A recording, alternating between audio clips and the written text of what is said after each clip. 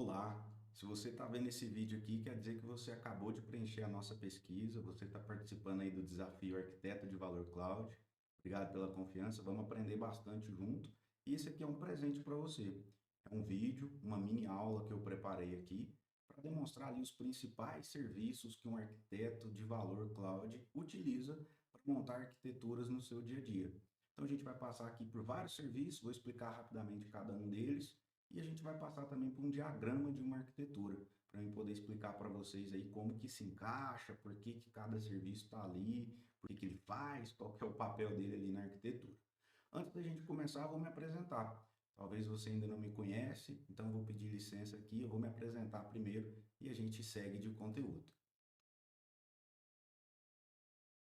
Eu sou o Dan Rezende. Se você ainda não me conhece, eu trabalho com tecnologia já há mais de 12 anos. Sou formado em análise e desenvolvimento de sistemas, pós-graduado em computação forense e perícia digital. Gosto bastante da área de segurança. Já fiz MBA também, em gestão de negócio e tecnologia. Trabalho como arquiteto de soluções e também professor universitário, dou aula, sou professor também e instrutor de treinamentos de cloud. Desde 2016, trabalhando com cloud, com AWS especificamente, como arquiteto e como instrutor. Antes eu era só de infraestrutura mesmo, né? Eu digo que eu comecei como o famoso Severino ali da TI, fui estudando bastante, progredindo na carreira, buscando novos ares aí. Desde 2016 trabalhando com cloud, de 16 a 19 passei por algumas empresas, dei bastante consultoria, viajei o Brasil todo, comecei a dar treinamento também e entrei na AWS em 2019. E lá até agora, 2023, quase 4 anos. Passei uma temporada boa lá, aprendi bastante. E agora estou por conta, estou aqui junto com a Cloudcaster Academy, entregando treinamentos autorais, sem vínculo com a AWS. E estou nessa jornada de produzir conteúdo para ajudar vocês aí a alavancar na carreira.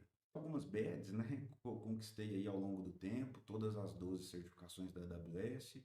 Mas hoje eu não estou aqui para falar para o Dan, era só falar do Dan, né? Era só uma breve apresentação mesmo.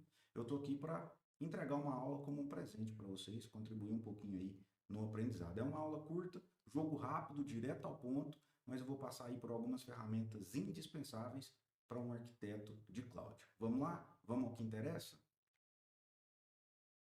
A gente vai partir desse ponto aqui, dessa arquitetura, né, um diagrama.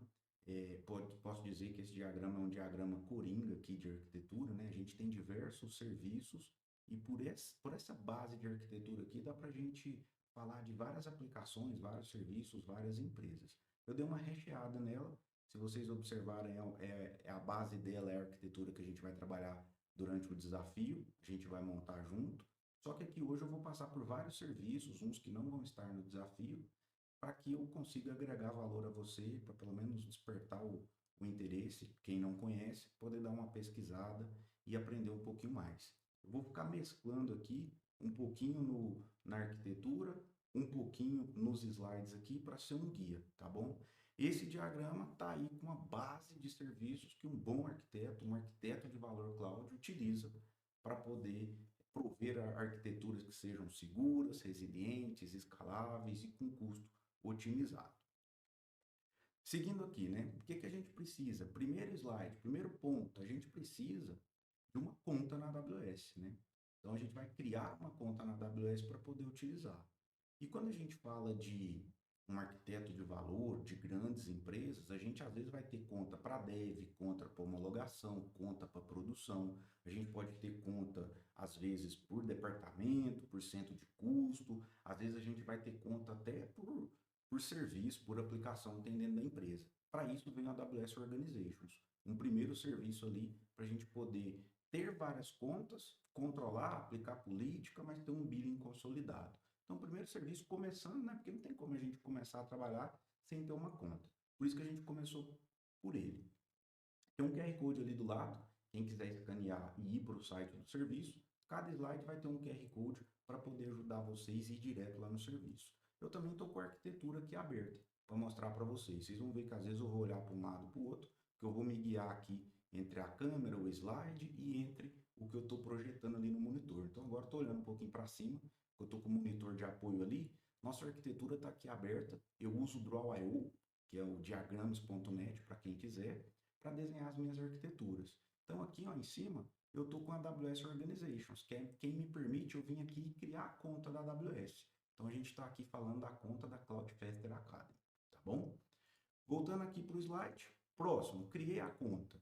Agora eu preciso escolher em qual infraestrutura, em qual região eu vou projetar os meus serviços. Então eu vou ter que provisionar serviço lá de dev, de homologação, de prod, em alguma localidade. Para isso eu preciso conhecer a infraestrutura global da AWS. Por que eu preciso conhecer a infraestrutura global da AWS, Dan? Porque quando a gente cria a conta, a hora que a gente vai começar a provisionar os recursos, eu escolho a região. Por exemplo, para mim ter lá um servidor, para mim ter container, para mim ter recurso, eu preciso escolher uma região. Aqui, por exemplo, essa arquitetura está na região de São Paulo. Poderia ser a região de Tóquio, por exemplo. Poderia ser uma região diferente. Nesse momento, eu estou utilizando São Paulo para essa arquitetura de exemplo, de referência. Mas vai que você trabalha numa grande empresa que precisa de ter várias regiões funcionando, às vezes ao mesmo tempo, ou de backup, de DR. Então, essa é a ideia. Por que você precisa conhecer a infraestrutura global? O QR Code está ali, tem um link para quem quiser ir lá na página e ler um pouquinho mais. Recomendo que faça essa leitura. Beleza, criei a minha conta, decidi ali qual região que eu vou utilizar. Agora eu preciso dar acesso para o meu time. Então eu tenho que criar ali o usuário para o estagiário, para quem trabalha com backup, para o pessoal de infra, para o DevOps, para o pessoal do financeiro, para os desenvolvedores. Então às vezes eu tenho várias pessoas na empresa que precisa ter acesso. Às vezes eu tenho ali alguns grupos, alguns times. Eu preciso entender isso aqui. Então para isso a gente tem o IAM, Identity and Access Management. Posso agrupar por usuário, posso criar policy, colocar senha para vencer, colocar MFA, gerir a segurança ali, tá bom? Então a gente usa o IAM para isso. Seguindo aqui, criei usuário para todo mundo, agora eu preciso começar a provisionar os serviços. Antes disso, eu preciso de ter rede. Então, da mesma forma que dentro da nossa residência a gente tem um roteador ali que faz uma rede interna, uma internet, um Wi-Fi, na nuvem a gente precisa de criar uma rede. Para isso a gente tem o Amazon Virtual Private Cloud, o VPC. Então na VPC eu vou criar a minha rede. Como é que isso funciona na prática? Vamos voltar aqui para a arquitetura. Então lá a gente viu o Organizations para criar a conta, o IAM para criar os usuários, definiu ali a região São Paulo. Olha a VPC aqui. O intervalo de endereço de IP, eu crio a minha rede virtual privada e aqui eu até dividi ela em subnets públicas e privadas que estão divididas na ZA e na ZB. Isso aqui faz parte da infraestrutura global, que a gente viu também que a gente precisa conhecer. Eu estou fazendo um espelhamento aqui, ó. Eu tenho subnet pública e privada de um lado e de outro. Esse espelhamento é para quê? Estou pensando em alta disponibilidade. Se uma Z falhar, uma infraestrutura falhar da AWS, ou o meu servidor falhar, eu tenho do outro lado. E aí a gente vai começar a ligar mais recursos. A gente vai ver mais. Então, criei ali a minha rede, a minha VPC. QR Code para quem quiser dar uma olhada, uma lida sobre isso aí. Seguindo, agora sim, a gente já tem a conta, tem o usuário, tem a rede, eu posso provisionar um serviço. Começo aqui pelo Amazon Elastic Compute Cloud, o EC2. É máquina virtual. Então, da mesma forma que a gente pode criar uma VM, né, aquela famosa VM, posso criar aqui com VirtualBox, usar Hyper-V, VMware, quem usa ambiente on-prime, às vezes tem um servidor físico. Tudo que eu rodo no servidor físico, a gente pode rodar no EC2. Tem para Ubuntu, Windows, tem vários sistemas operacionais, você tem o root do sistema operacional e lá você provisiona o que você quiser, instala a sua aplicação. Tem uma porção, mais de 500 tipos de instância. Tem instância que tem mais memória, mais processador, mais disco, mais rede, placa de rede de até 400 GB. Tem um mix enorme para a gente poder escolher. Se você quiser trabalhar com container, a gente tem o Amazon Elastic Container Services, que é o ECS. E aí o ECS você pode orquestrar os seus containers Docker. Imagina que sua aplicação vai subir ali com 100 mil containers. Você vai precisar de um orquestrador. A gente tem um orquestrador gerenciado que é o ECS na nuvem. Vamos lá para o diagrama de novo. Como é que isso funciona na arquitetura? Estaria aqui, ó. EC2 eu posso ter máquina virtual, né, o ECS para ajudar a gerenciar, ou máquina virtual e eu instalar a aplicação direto, ou a gente ter rodando container aqui dentro da EC2. Poxa, Dan, vi falar do EKS, Kubernetes. Eu não coloquei no material que ele é um pouquinho mais avançado, mas sim, o EKS também para gerenciar o cluster de Kubernetes, para quem precisar.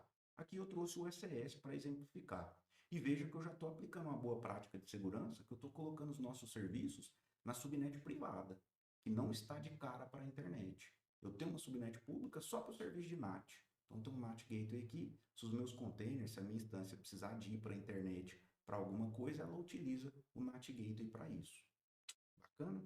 Então, dois servicinhos aí, EC2 e ECS, onde eu posso provisionar minhas aplicações. E aí a gente vem para o próximo, que seria o EC2 Autoscaling. Então, imagina que às vezes eu tenho uma máquina, duas máquinas, mas dependendo do horário de pico, eu preciso escalar a minha aplicação. Como é que eu vou fazer isso automático? E se quiser fazer isso mais automatizado, Dan, como é que eu faço? Então, o EC2 Autoscaling, como é que ele está aqui na nossa infraestrutura? Ele está aqui, ó. O EC2 Autoscaling, eu consigo configurar políticas, né? Ah, se aumentou o nível de uso de CPU, coloca mais uma instância aqui do lado. Seria como se eu viesse aqui e desse um Ctrl+C, Ctrl+V na EC2, ó, e ele colocasse uma outra EC2 aqui no canto para mim.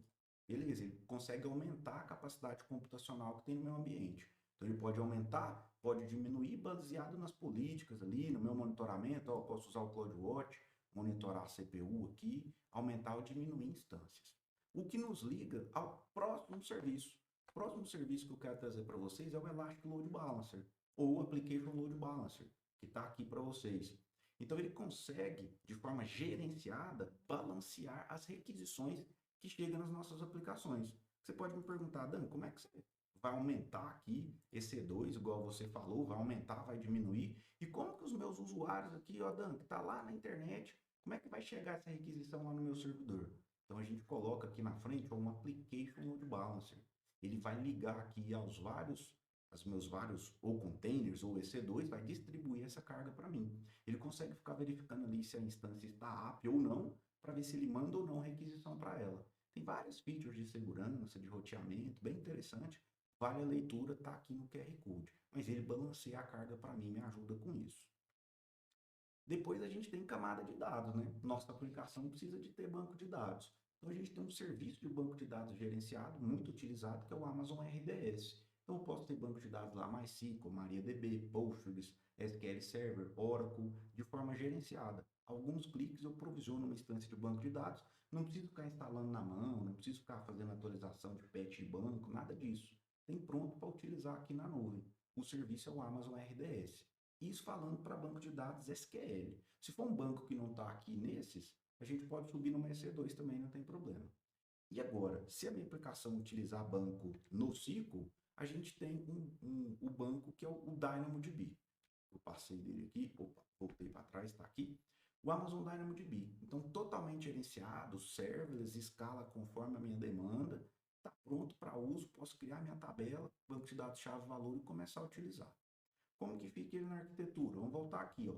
Nossas instâncias, né, ou os nossos containers, acessam uma área de banco de dados aqui. Pode ser o Dynamo, pode ser o RDS. Nossas instâncias, nossa aplicação poderia estar acessando um bucket do S3 também, para gravar uma foto, um vídeo, alguma coisa, ou um Elastic File System, um EFS. Já vamos falar sobre ele já já. Então veja que a gente está cobrindo aqui toda a arquitetura de uma aplicação completa, né? Vamos dizer assim. Então, vimos ali, tem dois tipos de banco de dados. Quem quiser dar uma aprofundada, tá o link de cada um aqui no QR Code.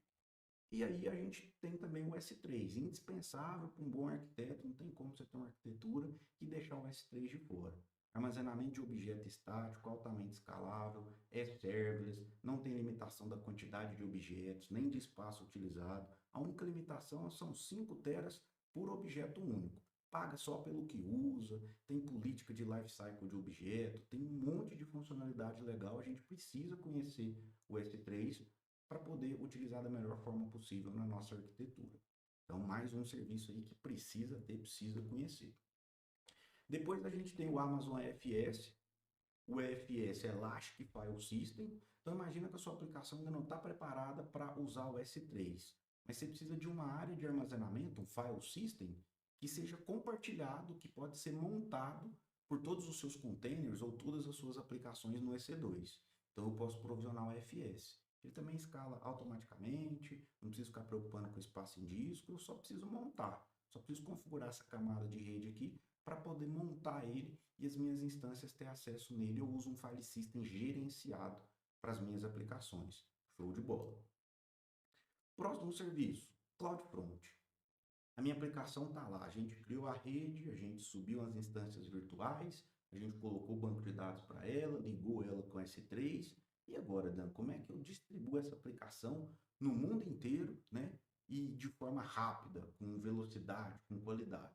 Então entra o CloudFront, que é um serviço CDN. CDN, né, o Content Delivery Network, ou traduzindo, uma rede de entrega de conteúdo, a gente utiliza para esparramar a aplicação, né? A gente pode pôr uma aplicação aqui, um site, um e-commerce em São Paulo, aqui na região de São Paulo, e tem alguém lá do Japão, de Londres, de Tóquio, acessando a nossa aplicação. Como que eu vou entregar essa aplicação lá do outro lado do mundo com qualidade?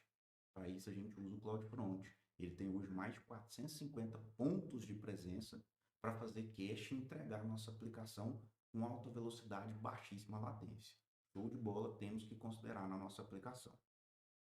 Aqui no nosso diagrama, ele está aqui, ó, CloudFront. Só que antes do CloudFront tem o Route 53. O que é esse serviço, Dan? O que ele faz? Então vamos lá, o Route 53 é o serviço de DNS. Então se você vai acessar uma aplicação danresende.com, por exemplo, meu DNS está lá no Route 53. Então por lá eu crio os roteamentos. Eu coloco meu DNS, monto ali toda a minha configuração e ele está lá na borda, ajuda o CloudFront. Então como que seria um acesso, por exemplo, lá no danresende.com? Vamos voltar para o diagrama aqui. Então eu vou ter o usuário aqui da internet, chama o URL da minha aplicação, bate no Route 53. Ah, eu acessei aqui imersão.danresende.com. O Route 53 vai ver para onde que ele está jogando, né? Poderia estar jogando por endereço IP, fazer um CNAME, um registro A. Eu posso também integrar com serviços da AWS e jogar para o CloudFront. O CloudFront pode estar ligado, por exemplo, para atender as requisições do danresende.com, ele pode estar consumindo um application load balancer, que vai estar conectado aos meus containers que rodam a minha aplicação, ou, se for um conteúdo estático, o CloudFront pode bater direto no S3. E o S3 já devolve ali o objeto, se for uma imagem ou um vídeo. Ou se não, a requisição vem aqui para o load balancer distribui entre as EC2 que estiver disponível para atender. A EC2 pode estar consultando os meus bancos aqui, seja um DynamoDB, seja um RDS, seja um EFS para guardar alguma coisa, devolve a requisição e via CloudFront entrega para o usuário. Então a gente viu um fluxo completo aqui de uma aplicação com esses principais serviços. Esses serviços que eu falei aqui rapidinho, alguns minutinhos, a gente já monta uma arquitetura que é escalável, resiliente, segura e com custo otimizado. Eu vou pagar pelo que eu uso aqui e ela está com elasticidade. Autoscaling está nos dando elasticidade ali para a gente pagar só o que realmente a gente utiliza. E aí, não são só esses serviços que um arquiteto de valor utiliza, né? A gente tem vários outros serviços, por exemplo, eu destaquei alguns aqui, que é extremamente importante você conhecer. O Lambda, que é a gente utilizar a função como código, o SQS, que é um serviço de fila, de mensageria, o SMS, que é para mandar notificação. Imagina que a sua aplicação é um aplicativo mobile, você quer mandar notificação push, o SMS te ajuda. O SES é um serviço de e-mail, como se fosse um SMTP. Você pode mandar ali e-mail em escala por ele. O CloudWatch vai ajudar a gente a monitorar. Onde é que está aqui na arquitetura, Dan? Coloquei aqui, ó, as caixinhas do serviço para vocês darem uma olhadinha. E tem aqui, por exemplo, né, o CloudWatch, que poderia ser quem monitora as minhas instâncias, nesse exemplo de aplicação aqui. Monitora as minhas instâncias, avisa o autoscale para ele aumentar ou diminuir o número de instâncias EC2 para atender as requisições. CloudTrail, o que o CloudTrail faz, Dan? Eu posso ter o CloudTrail como o famoso dedo duro, né? Se eu quero saber ali quem que desligou uma instância C2, quem que deletou um arquivo do bucket S3, o CloudTrail ele faz o trace, né? Qual usuário fez qual ação na AWS. Ele pega os logs de chamada de API. Ah, startou um servidor, desligou um servidor, ele fica varrendo ali e me mostra esse trace. Se eu estiver falando já um nível a mais, infraestrutura como código, IAC, a gente tem o CloudFormation. Ah, Dan, mas eu uso Terraform. Beleza, pode usar Terraform e provisionar a infraestrutura como código na AWS. Mas se você quiser utilizar o serviço da AWS para isso, é o CloudFormation, vale muito conhecer. Coloquei um servicinho aqui de segurança, lógico que não é só esse, tá? A Amazon, pessoal, a AWS, ela tem mais de 200 serviços completos. Eu coloquei aqui alguns, né? Base de uns 20 e poucos serviços, que são o essencial, o core. Com esses 20 e poucos que eu coloquei aqui, a gente monta uma arquitetura completa. Isso aqui é o que a gente tem que ter debaixo do braço e saber ele de trás para frente. O Arduri, ele ajuda a gente a monitorar requisições na conta, alguma anomalia, alguma normalidade, e avisa a gente, dá uns alertas ali para a gente olhar. Tem vários outros serviços de segurança, compensa muito conhecer. Eu trouxe aqui o principal, básico, uma aula rápida, bem direta ao ponto, tá? Mas eu trouxe o principal, que a gente consegue montar uma arquitetura bem interessante, uma arquitetura completa, tá bom?